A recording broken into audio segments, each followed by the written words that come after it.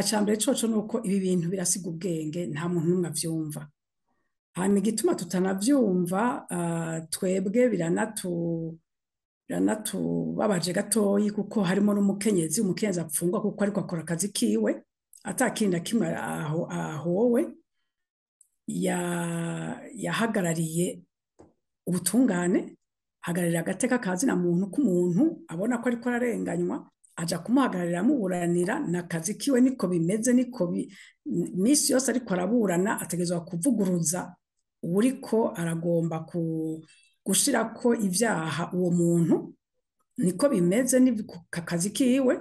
Kubona rero aca bipfungirwa vyatumye tubona yuko n'ubu nyene igihugu cacu c'u Burundi ataho kiraja. Umukuru w'igihugu aguma ariko aravuga yuko ubutungane n'ukuri buriho, abarundi bose baratunganirizwa, agateka kazina muntu karasonewe, akabivuga mu makungu, akabivuga mu gihugu.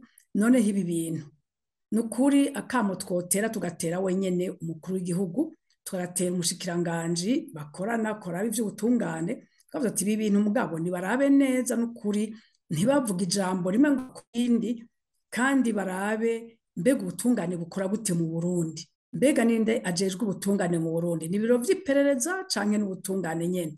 Aha hantu n'ukuri abarundi bose barazimiriye, ntibumva ivyo ari vyo. N'ukuri nagerageze umukuru w'igihugu akore kurya yabivuze, atunganiriza aba bantu, kuko birashoboka yuko hashobora kuba batumvikanye abari muri bitaro vyakira, muga batumvikanye ukuntu bategekanije ingene bazora amata yabo.